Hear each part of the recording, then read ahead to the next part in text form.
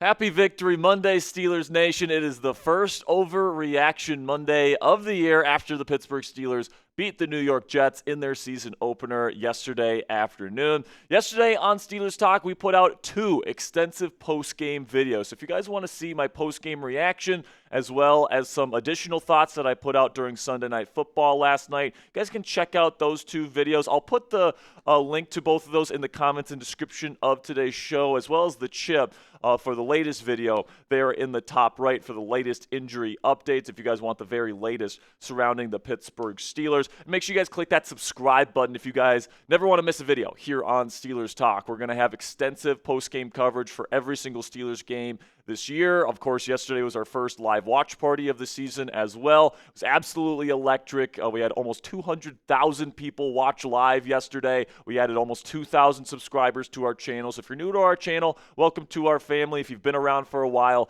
thank you guys so much for being a real one. So let's get into the first claim of the day here on Overreaction Monday, which is that Aaron Rodgers can realistically win NFL MVP this season after a stellar Steelers debut. Of course, yesterday 4 touchdowns, no picks, a very high quarterback rating, all that great stuff.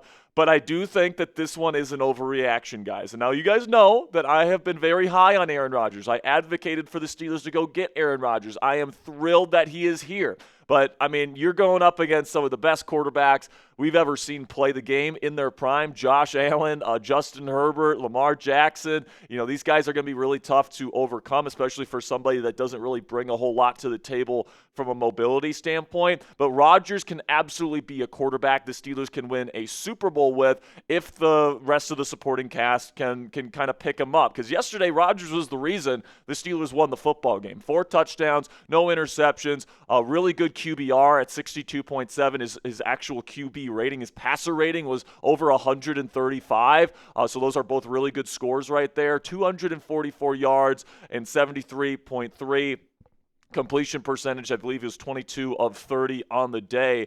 Just looked in control all day long, was phenomenal when doing play action, when he wasn't pressured immediately by Broderick Jones. We'll talk about Broderick later in today's show. But it's definitely nice to have a quarterback that can win a shootout, finally. I mean, after dealing with Kenny Pickett, Mitch Trubisky, Mason Rudolph, even though Mason played quite well at the end of 2023, Russell Wilson, Justin Fields, these guys that just really couldn't get the job done the way that Rodgers did yesterday. It's nice to know that if the defense doesn't have a good day, you still have a chance to go out and win a football game. I think the defense will get better as the weeks go on here. I think there's just too much talent for this defense to be a bad defense this year. But having a guy like Rodgers that can put up 34 points on the road in a very hostile environment, certainly good to have as you look to try and compete for a Super Bowl here in 2025. So true or false? Let me know down there in the comments section. Aaron Rodgers is still a top 10 quarterback in the NFL today. Surely played like it yesterday, but let me know what you guys think down there in the comments section. Type T for true or F for false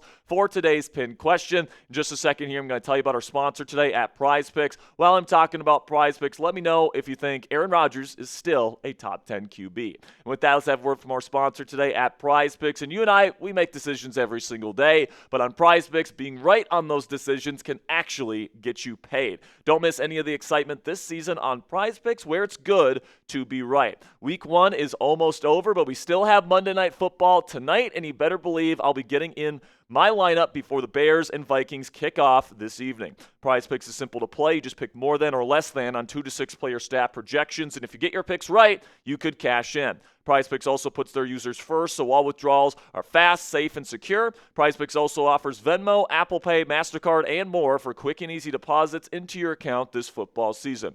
And a new feature from PrizePicks that I absolutely love is injury reboots. If one of your players leaves the game in the first half and doesn't return with injury, PrizePicks will not count it as a loss. You guys can take a look at my PrizePicks projection tonight for Bears versus Vikings. I'm going to take the less on passing yards for Caleb Williams going up against that tough Brian Flores defense. I'm going to take the more on passing yards for passing touchdowns for J.J. McCarthy. I think he gets at least one. I'm going to take the more on Justin Jefferson touchdown here.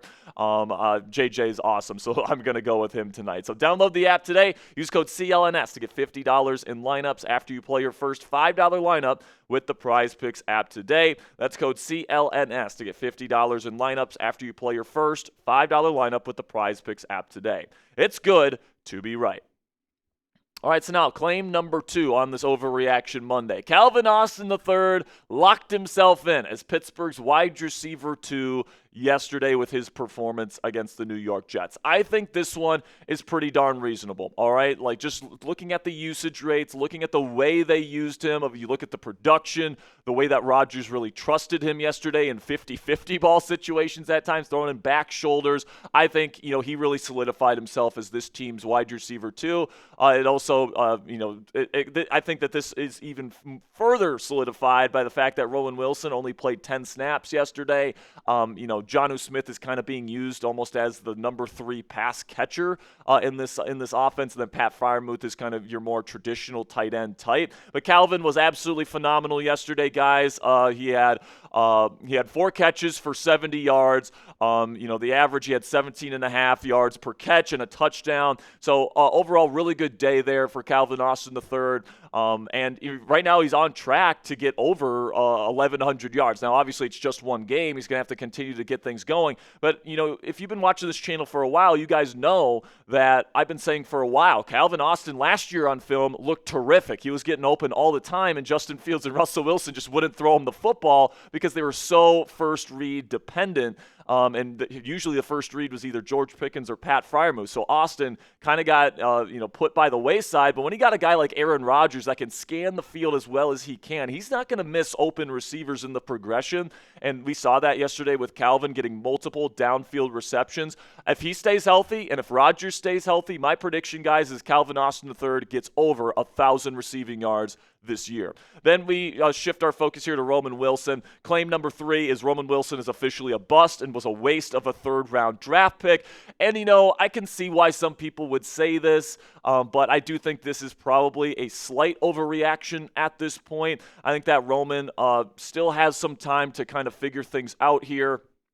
And he still has time to be a solid role player one day for the Pittsburgh Steelers. But it's definitely clear that he hasn't earned the trust of Arthur Smith and or Aaron Rodgers to this point, at least not to the level where he's getting starter-level snaps. He only had 10 snaps in this Week 1 matchup versus the New York Jets, and he didn't get a single target on the day. So obviously he's not at a level right now where the Steelers have a ton of trust in him. Hopefully as the season goes on, he gets more and more trust with Rodgers and with Arthur Smith, and he gets more run time and more opportunities in this offense, and hopefully he can prove himself worthy of that third-round selection, but I can certainly understand why some people are out on Roman Wilson at this point. Then we get to my number 4 claim here, which is Broderick Jones is in danger of losing his job in the coming weeks if he doesn't play better. And I think that this claim is absolutely reasonable. Okay, guys, Broderick Jones played like crap yesterday. Let's just call it what it was, all right? We gotta be honest with ourselves here. Allowed multiple easy early pressures against Quinnen Williams and Will McDonald. He was terrible against the run as well. For the 4 sacks that Aaron Rodgers had yesterday, 3 of them were allowed by Broderick Jones. It was just a terrible performance from a former first-round pick moving over to supposedly his more comfortable position. You couldn't tell by the film yesterday because he was absolutely atrocious.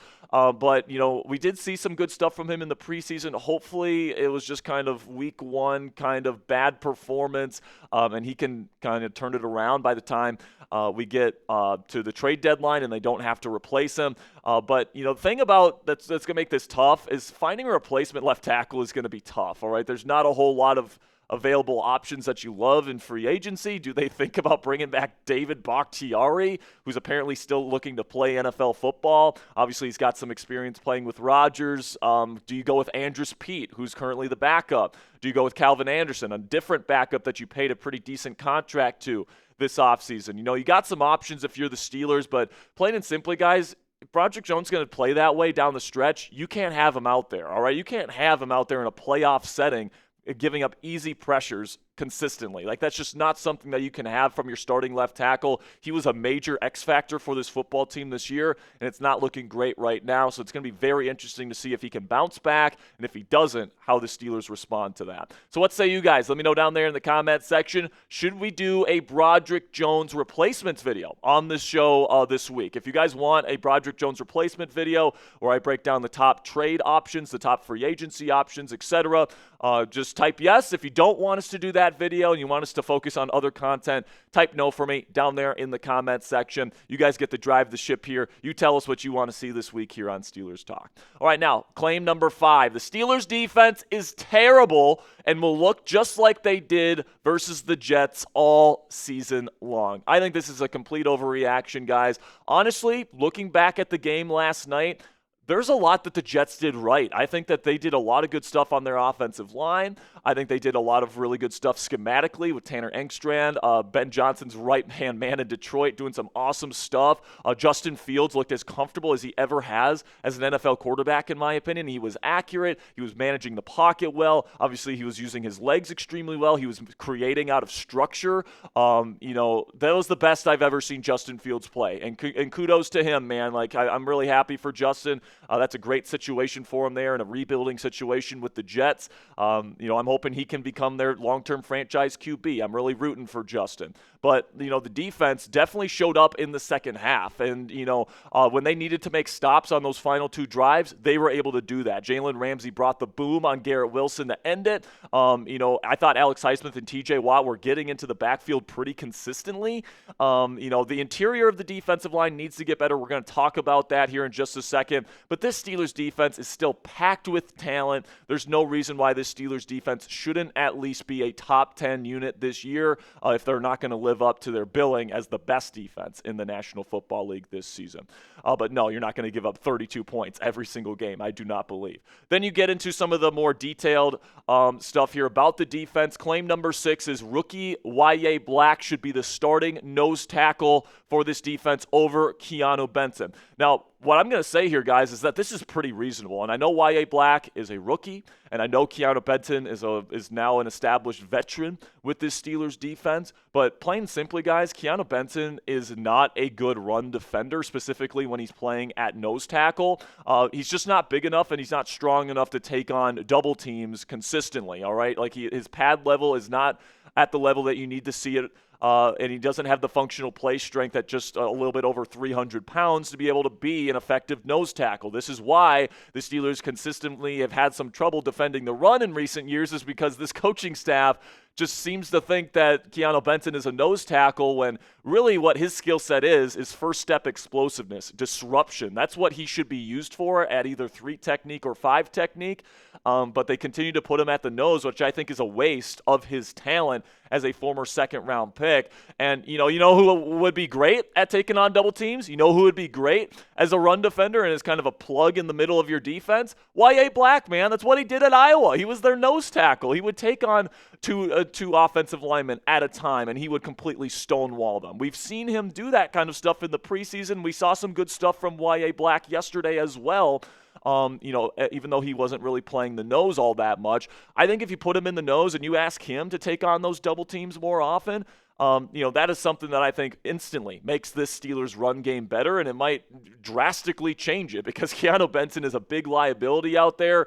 And I think that I've been saying this for years, by the way, guys. Pittsburgh needs to use him as a disruptor. They need to use him as a 3 technique or a 5 technique. And I know if you're going to put him at those spots, that means it's probably going to mean less playing time for Derek Harmon, the rookie out of Oregon. It's going to be more of a true rotation at those spots this season. But honestly, I'm okay with that because Cam Heyward, you can rotate him in and off the field as well. You can keep him fresh throughout the season, and you can have a really good rotation of disruptive interior pass rushers, and then you have your run defender there in Y.A. Black that can take on those double teams. I know Black is just a rookie, but he has shown me enough as a run defender to this point, not only in his time with the Steelers, but also in his time at Iowa, where I think he should be the starting nose tackle, and Keanu Benton should be used more sparingly as a disruptive pass rusher. Then we get to the 7th claim here and final claim of today's Overreaction Monday video, which is that the Steelers, quote-unquote, caved to Cam Heyward on his revised contract. And I think this one's a complete overreaction, guys. I think it's such a boomer take to be upset about this contract revision.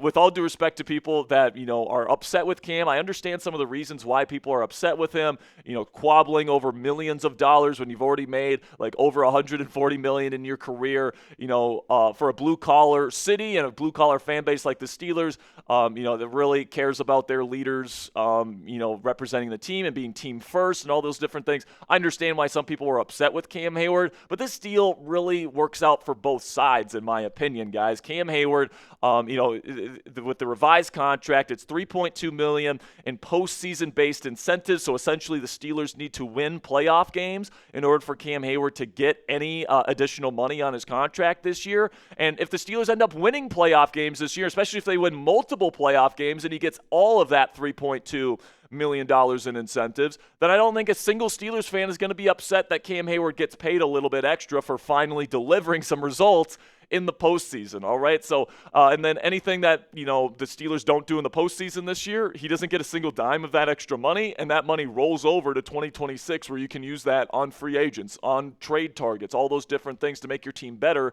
next season. So I think this is incredible value, because even if the Steelers win the Super Bowl this year and he gets all $3.2 million of those incentives, he is still not being paid at a top 15 rate among defensive tackles in the National Football League. We are talking about somebody that is currently, and was just last year, a top 5 defensive tackle in football. And we're not even paying him at a top 15 rate. I mean, he is on one of the most team-friendly contracts for an all-pro player in the NFL today. And all I see on Steelers Twitter is, oh, the Steelers are bending the knee. Oh, the Steelers are caving. Oh, the Steelers are bending over for Cam Heyward. And it's like, this is an incredible value for the Pittsburgh Steelers, especially when you take into account here that they still have over $23 million in cap space. If you want to go sign Justin Simmons this week, or if you want to go sign Jabril Peppers this week, if you want to go sign somebody, trade for somebody at the trade deadline, cough, cough, Tyreek Hill, who looks like he's going to be available at the trade deadline, by the way.